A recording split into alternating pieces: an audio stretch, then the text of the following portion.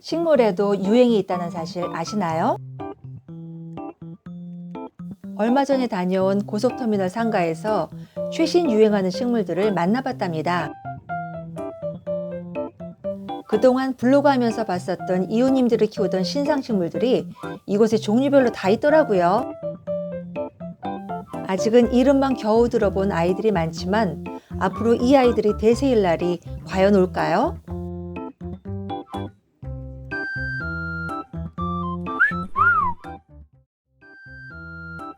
안녕하세요. 그린 글로리아입니다.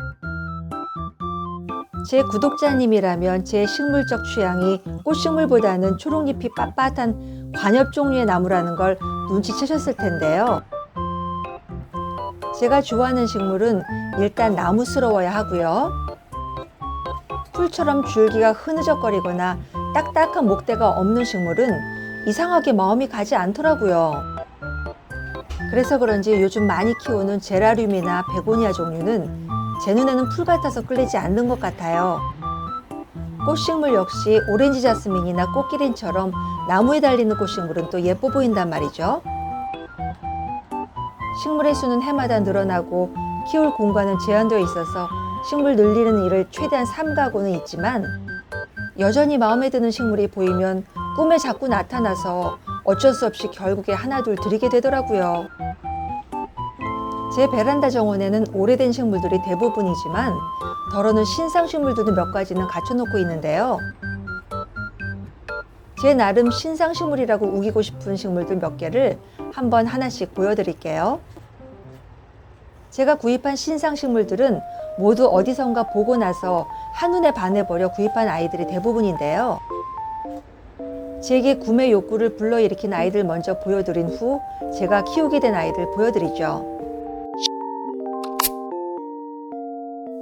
올리브 나무는 가는 줄기에 작은 잎이 옹기종기 달린 게 제멋대로 마구 자라는 게 매력인 식물인데요. 가지치기를 한 후에 물꽂이를 하면 뿌리가 아주 잘 생겨서 번식으로 키우기 쉬운 식물이더라고요.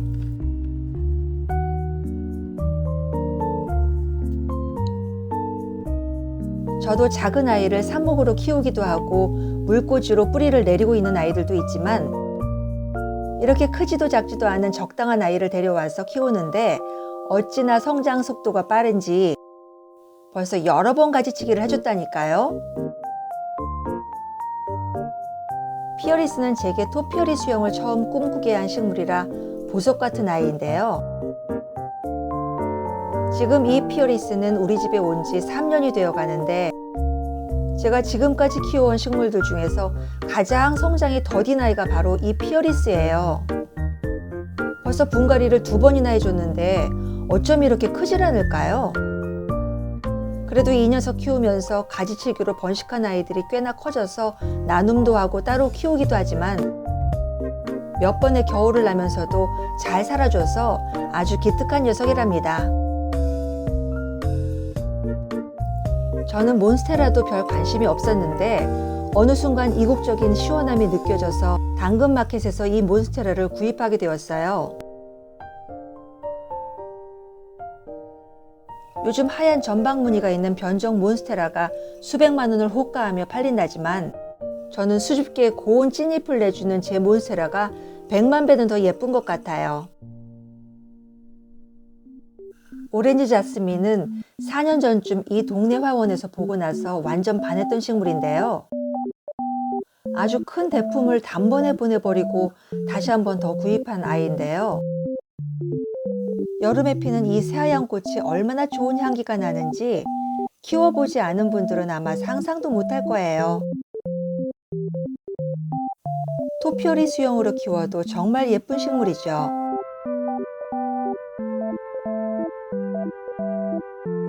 오 년 전쯤 한 카페에서 보고 반했던 유칼립투스예요. 가는 줄기에 회백색의 잎이 다닥다닥 나 있는 이 식물이 특이하면서 멋져 보여서 마음 한구석에 남아있던 아이였는데, 작년 어버이날 아들이 선물해준 이 유칼립투스가 얼마나 잘 자라는지 가지치기 후에 또 그만큼 자라고, 너무 위로 잘 자라다 보니 수영을 어떻게 잡아야 할지 고민이 되더라고요. 물을 좋아하는 식물이라 물 관리를 잘하면서 잘 키워왔는데, 요즘 잎이 자꾸 마르면서 상태가 자꾸 불량해져서 고민인 식물이에요. 유칼립투스는 제겐 가장 키우기 어려운 식물이라 초보자들에겐 권하기 힘들겠어요.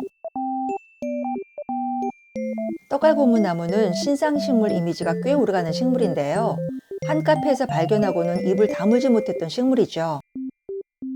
처음엔 이렇게 자그마한 아이였는데 어찌나 순둥순둥하게 잘 자라는지 한두 해 사이에 이렇게 대품이 되어버리면서 볼수록 매력인 식물로 자리 잡고 있답니다. 지금은 이렇게 어엿한 대품 떡갈고무나무로 잘 자라줘서 거실 한자리를 잘 지켜주고 있는데요. 외목대인 나무를 가지치기를 해줬더니 이렇게 위로 2개의 목대를 만들면서 더욱 풍성한 수영을 만들고 있네요. 반짝반짝한 잎이 매력인 떡갈고무나무는 키우기도 쉬우면서 고급진 분위기를 만들어주는 식물이라 플랜테리어로 딱 적당한 식물이죠. 이렇게 물꽂이로 뿌리를 내린 산모기들도 키우는 재미를 주는데요. 역시 식물 키우는 맛은 산모기나 물꽂이를 통해서 새 생명을 만들어내는 과정에 있는 것 같아요. 벵갈고무나무는 신상식물은 아니지만 꾸준히 스테디셀러로 자리 잡으면서 식물 집사들의 사랑을 받는 식물이죠. 저희 집 벵갈고무나무는 6년 전 1,000원짜리 포트로 시작해서 지금은 2m가 넘는 대품이 되었는데요. 외목대로 천장을 닿을 것처럼 커나가던 아이를 윗부분을 가지치게 했더니 Y자 수영으로 자라고 있는데요. 2개의 목대를 또다시 가지치게 했더니 또 Y자로 자라고 있지만 키울수록 수영이 마음에 들지 않아 정으로 키우고 있죠. 목대가 굵어지진 않더라고요. 다시 한번 벵갈고무나무를 예쁘게 키우고 싶은 마음에 아버님 댁에서 삽목한 아이를 데려와 키우고 있는데요. 이번엔 성공각이에요. 만데빌라는 카페를 연상하게 하는 식당에서 처음 발견한 식물인데요. 지금은 꽃이 없어 평범한 식물로 보이지만 3월 정도가 되면 가을까지 이렇게 붉고 아름다운 꽃을 쉬지 않고 보여주는 아주 기특한 식물이에요. 만데빌라는 덩굴성 식물이라서 지지대를 세워주면 집안을 칭칭 감을 정도로 뻗어나가는 식물인데요. 저는 2개의 가지를 둥글게 서로 엮어서 아치형 수영으로 키우고 있어요. 정말 봄이 되기만 손꼽아 기다리게 만드는 식물이에요. 크루시아는 화원에서 보고 첫눈에 마음에 들어서 작은 포트 하나를 냉큼 데려와서 키우고 있는데요. 한 3, 4년 키우다 보니 대품이 되어서 가지치기도 여러 번 했고요. 목대가 제법 굵어져서 어엿한 나무가 되어가고 있어요. 가지치기 후에 물꽂이로 뿌리를 내려 따로 분갈이한 이 아이도 너무 예쁘지 않나요? 제겐 다들 너무나 보물 같은 아이들이랍니다.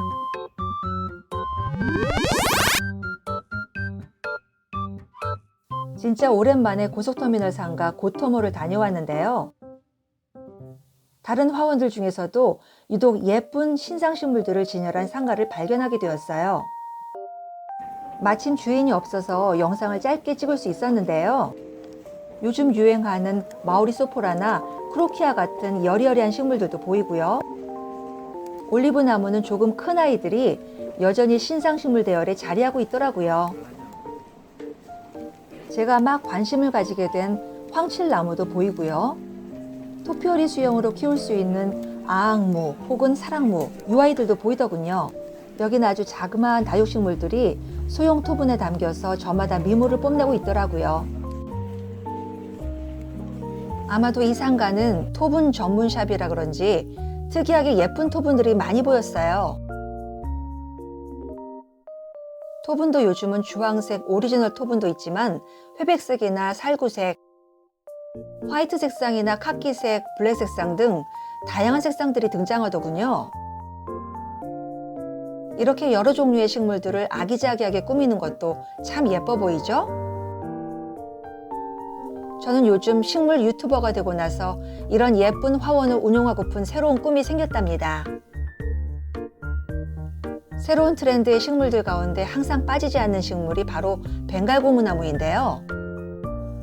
똑바로 자란 수영만 멋진 줄 알았는데 이렇게 휘어지듯 자라는 벵갈 고무나무 수영도 의외로 멋지더군요.